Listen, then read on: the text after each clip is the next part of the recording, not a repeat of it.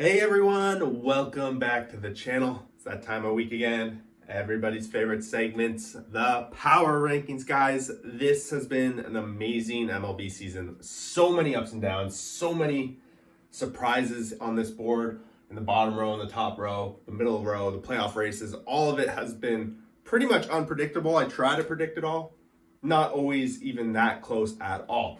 But this is the last power rankings of the season, so we're going to jump into it. Before I do, if you're new to the channel, please subscribe. We do other content. The playoffs are starting. There's going to be predictions. I'm going to probably be reviewing a lot of the playoff races. Football season, week 3 going on right now. That's super exciting. Going to be doing football content the rest of that season. Probably going to switch into some power rankings for the NFL instead. But guys, if you love this kind of stuff, just want to support the channel, please subscribe. It means a lot. We're on our way to 1,000 subs. And I really hope to get there by the end of the year. Otherwise, guys, we're going to jump into it. Of course, we start these power rankings before this Sunday nighter. We got LA Dodgers playing the Giants tonight. There's a couple double headers just getting started. Not going to talk about those, but overall, the rankings are pretty much locked in. And I think the worst team in the league right now, without a question, is the Colorado Rockies. 0-3 against the Padres, 0-3 against the Cubs. They pretty much packed it in, right?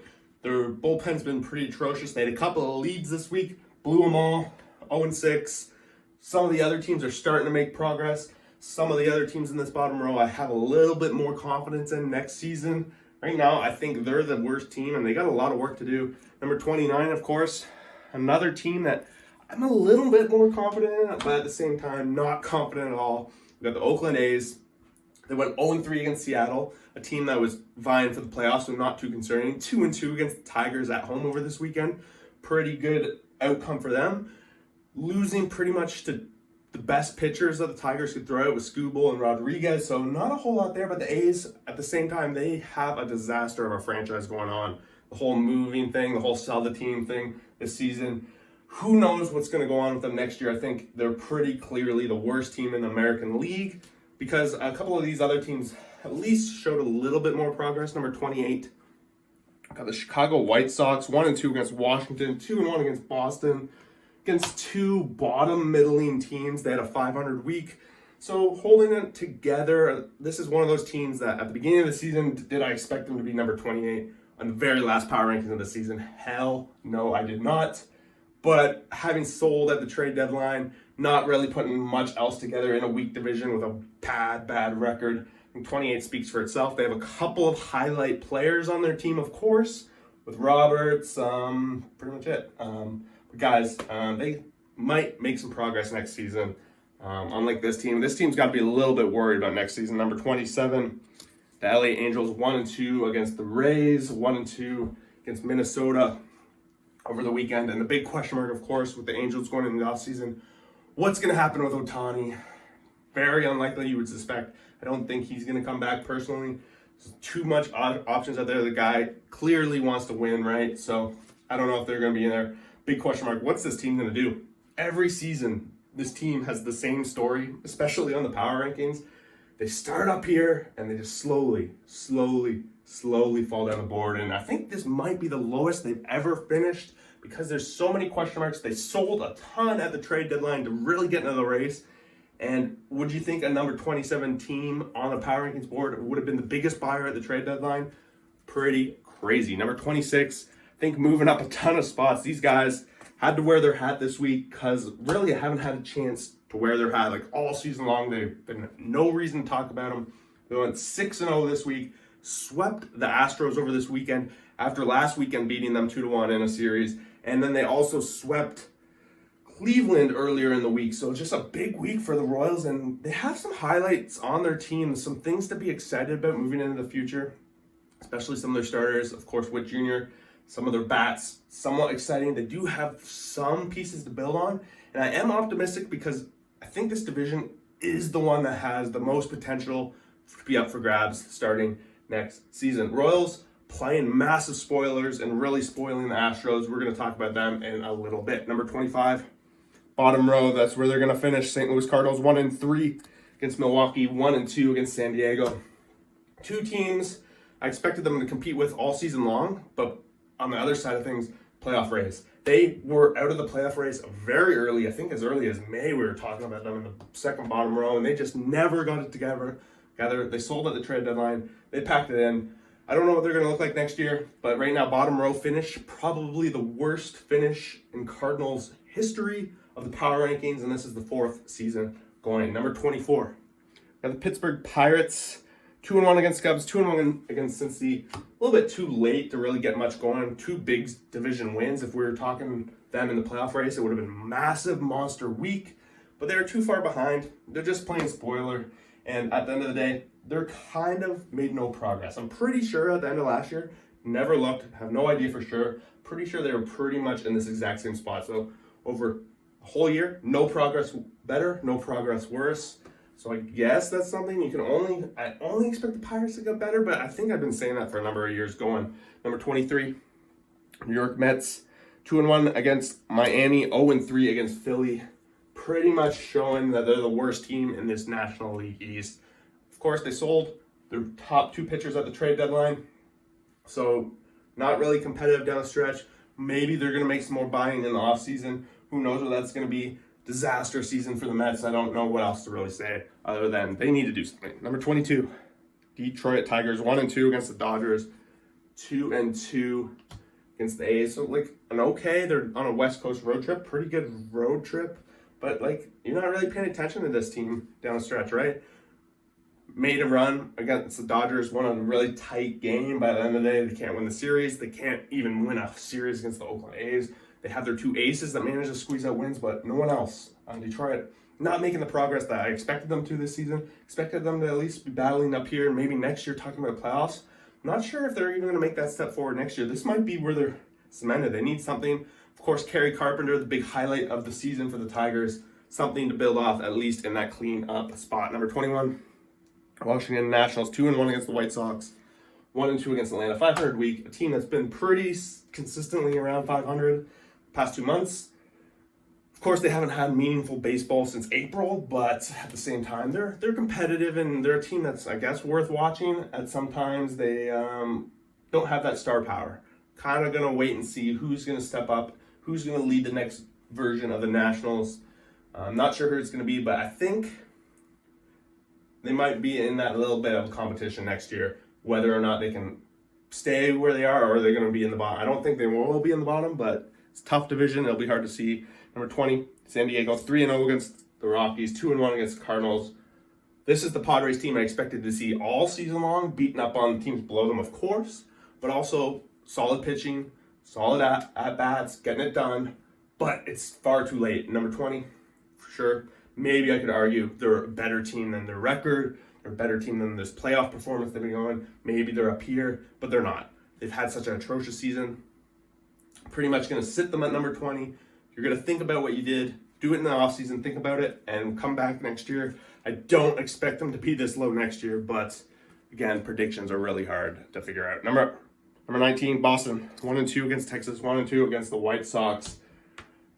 After a little bit of a pause from power rankings, we did have Boston flirting in the second row for a little while, like a month ago. But it's all come apart, out of the playoff race, and clearly can't compete with the playoff-capable teams. I don't know what else to say. This team's probably the worst in the American League East, but at the very same thing, basically 500 as the worst team in that division. Something to be proud of, right? So Boston's there. Next up, 18 Yankees right ahead of them. 1-2 against Toronto, 1-1 against Arizona. They're going to play another game against Arizona tomorrow with the whole hurricane thing going on, some rainouts, some cancellations. All the games getting postponed to Monday. But Yankees, they've been playing pretty good baseball over the past month. Not going to be good enough to make the playoffs. A lot of concerns. The starting pitching just was not there. The bats depth was not there. The Yankees, it's not the season you want as a Yankees fan, as a Yankees owner, any of that stuff. They're going to make some moves. They're not happy with this kind of thing. One thing you know about the Yankees is when they have a bad season like this, they go out, they spend money, they make adjustments, and it'll be interesting whether they keep their manager on or not. I'm not sure. Number 17, wheels came off a little bit. 0-2 against Arizona, 1-2 against the Dodgers. San Francisco, they had that huge streak. I think it was late July, August area where they won like 13, 11, whatever in a row. Put them right up. had them in the playoff conversation. They just couldn't keep it together. And at this point, they're not going to make the playoffs. Too many teams to hop. Of course, they're not mathematically eliminated, but they got to play the Dodgers again next week. They play the Padres. Realistically, Padres are probably a better team if we talk about power rankings and what I was talking about with the Padres, but I do want to punish them a bit for such a bad season. 17, Giants, they're missing out. Next up, 16, Cleveland, going to miss the playoffs as well. 0-3 against KC. Really rough series there. Pretty much the story of Cleveland's season. They've been in positions where they've had a shot to overtake Minnesota for the division lead. They were in the threat, and then they just couldn't get any consistency going. It's either their pitching would be terrible at points, sometimes it's great. Same with the bats. They showed a great series start to Baltimore this weekend. They ended up splitting that series 2-2 after winning the first two. Baltimore came back, took the next two. They're just not the team that is ready to compete with the top dogs. Maybe next year, but I do think they were ahead of their time last year. This is probably more realistic where they are. I don't know if they have the pieces to really compete, so we'll see. This might be a regression style of team for next year. Number 15, Cincinnati, 1-2 against Minnesota, 1-2 against the Pirates, a team that is in that fight for a playoff spot in must-win situation. You can't be losing series to the Pirates. You can't be just losing series. They lost both series this week, and they have a couple of teams that they have to hop, and I just don't know if they have what it takes. They do have another series against the Pirates next week.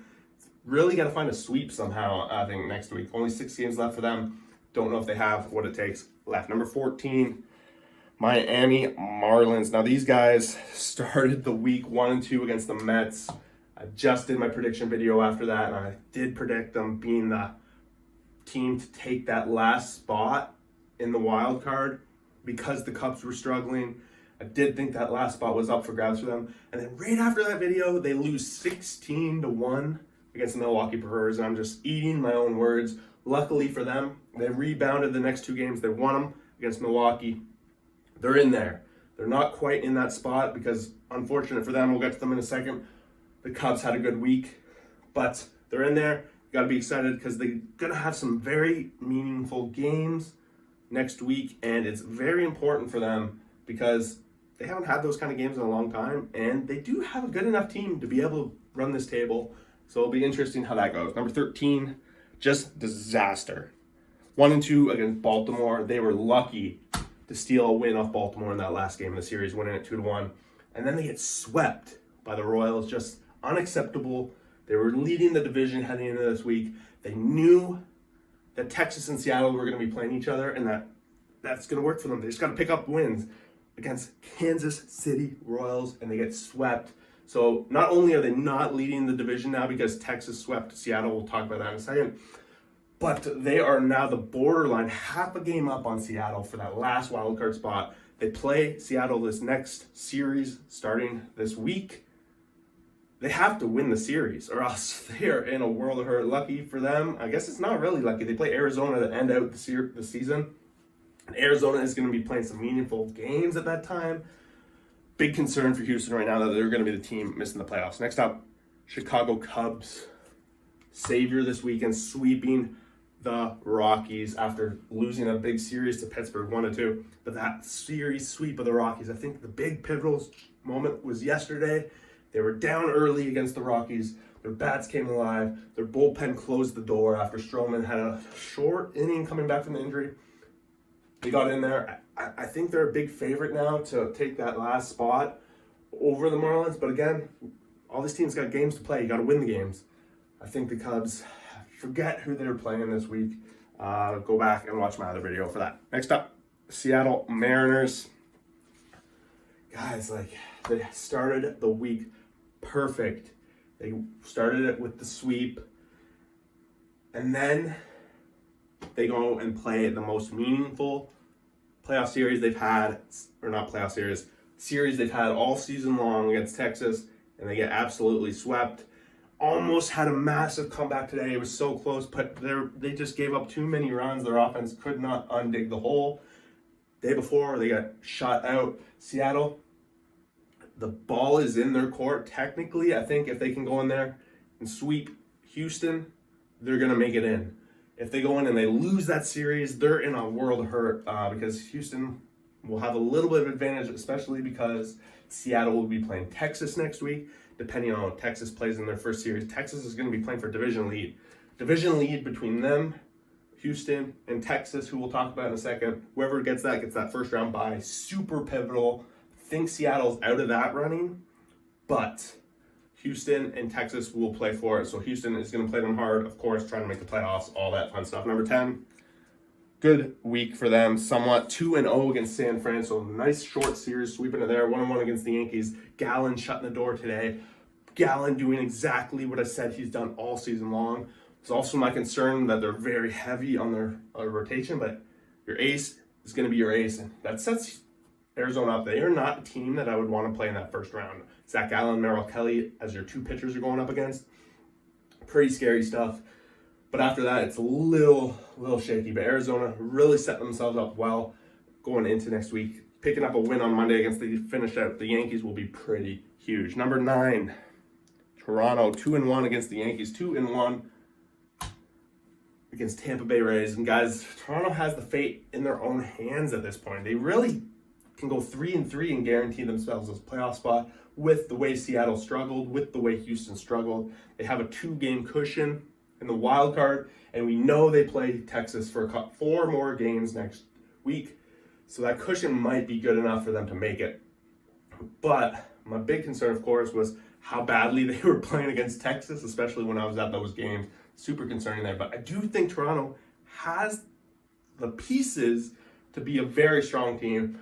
That, in my opinion, they should have been a top 5 team most of the season, just based on what they bring to the table. They haven't been able to put it together. But if they put it together last 2 weeks of the season and the playoffs, no one will remember the rest of it. So number 9 going into the playoffs, pretty interesting spot. Number 8, got the Texas Rangers. They're just playing massive baseball these past 2 weeks. Sweeping Toronto a couple weeks ago, sweeping the Mariners over this weekend, and starting the week off against Boston and winning that series. Just a great setup. I do have concerns that as a whole, that this team has what it takes playoff-wise. Losing Scherzer a couple weeks ago really hurts. Their bullpen's been really shaky, but somehow closing the door as of late. But Texas, number 8, I do have them as the favorites between these 4 teams. Remember, these 4 teams are fighting for 3 spots. One of them is going to miss. So just based off reading this, Houston is the odd man out at this point. Number 7, can't believe I have this team up here, but can't argue against it. 2-1 against Cincy, 2-1 against LA. The Twins are getting good at the right time of the season. They have the rotation too to be a strong playoff team. So I'm super excited to see how they play in the playoffs. We know they're going to make the playoffs. When I was doing my playoff prediction video back in August, I said whoever gets the 6th seed is going to play them, and they're lucky because it's almost a free dub. But now at this point, I think the Twins might be a favorite in that series. I do like the Twins to get past that round. Of course, we all know their curse, so I'll probably be eating my own words at some point on that one. Number 6, Tampa Bay, 2-1 against the Angels, 1-2 against Toronto. Almost got swept by Toronto. They blew a lead, and then they had a nice walk-off win yesterday on that one.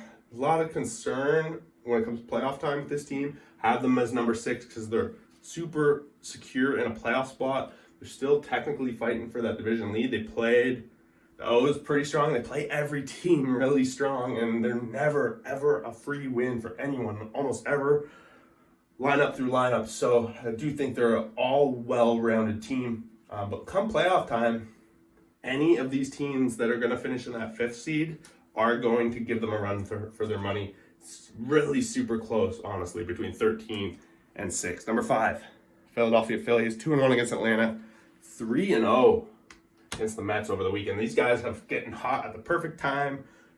The reigning National League champions are making a case that they are going for it again. You can't really argue this team has what it takes. It's been a little bit of a slow start, of course. Trey Turner had a very cold start. He's gotten good. Phillies are right there where you want them. They're going to have to play that first round because we all know Dodgers and Braves have that locked up, but they're by far the best team out of the wild card in the National League. Number 4, Milwaukee Brewers. These guys closing the door. 3-1 against St. Louis, 1-2 against Miami. So a little bit of a serious loss. Nothing to worry about. I like the way the Brewers are. Their offense has gotten good. Like, I shouldn't say good, but they've gotten a lot stronger than we expected them to. At least early in the season, they were atrocious, and they're starting to put in runs. So that's something to be excited about. Since that trade deadline, they addressed it, and it's been working.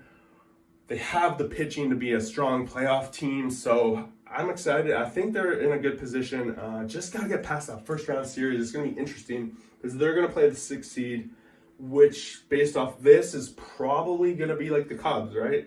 They've played a lot of games against the Cubs. Those in division matchups always get super close, right? So it'll be interesting how that goes. Keep saying interesting because the playoffs are going to be amazing. Number 3, Baltimore Orioles. Just hanging on, just hanging around. 2-1 to start the week against Houston. 2-2 against Cleveland. Got 2.5 game lead now in the division. I think the O's, they're just the most well-rounded team. They've been consistent. They don't go on massive win streaks. They don't go on big lose streaks. They just keep consistent. I think it's 2 weeks in a row now. They went down 0-2 in a 4-game series and came back and won the next 2. So it's going to work out well for their advantage if they can get this first round bye. They kind of need it because they're so used to playing lots of games. They don't go on these massive lose streaks. It's going to work out well for them. I think in a 5-game, 7-game series, they're a very strong team and that a lot of people should be worried. The only concern I have is, of course, they don't win the division, but they do have one of the easiest schedules out of all the teams left. 2.5 games up on Tampa Bay. Let's not forget that. They play Washington next week, and they also play Boston. Next up, Dodgers. Dodgers went 2-1 early in the week against Detroit, 2-1 against San Fran, playing tonight for Game 4 against San Fran. Dodgers, the only reason I don't really have them catching up to number 1, Atlanta, is their pitching. I think that's a little bit of a question. Every time I see a new starter pitcher in there, they do well. They get it done, but it's just no track record. And come playoffs, I do worry a little bit about that. Atlanta went 1-2 against Philly, 2-1 against Washington. Atlanta hasn't been like lights out per se. I think they're 4-6 over their last 10. Nothing amazing like that. Dodgers, maybe if you look at their last 30 games, a little bit better. At the same time, Atlanta hasn't had to play meaningful baseball. Big shout out to Acuna this week. First ever player to go 40 home runs and 60 stolen bases, joining the 40-40 club, but the 40-60 club, he's the only guy ever to make it. And there you guys have it. The last power rankings of the 2023 MLB season. Let me know what you guys think. Let me know what you're excited about of the upcoming week, playoffs, etc. And guys, if you want, we keep this conversation going. We have a Discord. You can follow me on Twitter. Football season's going, hockey season's going. Those are the 2 sports for me that I keep talking about all season long. So follow along if you want. Otherwise, guys, thanks for watching. We will see you for that next video.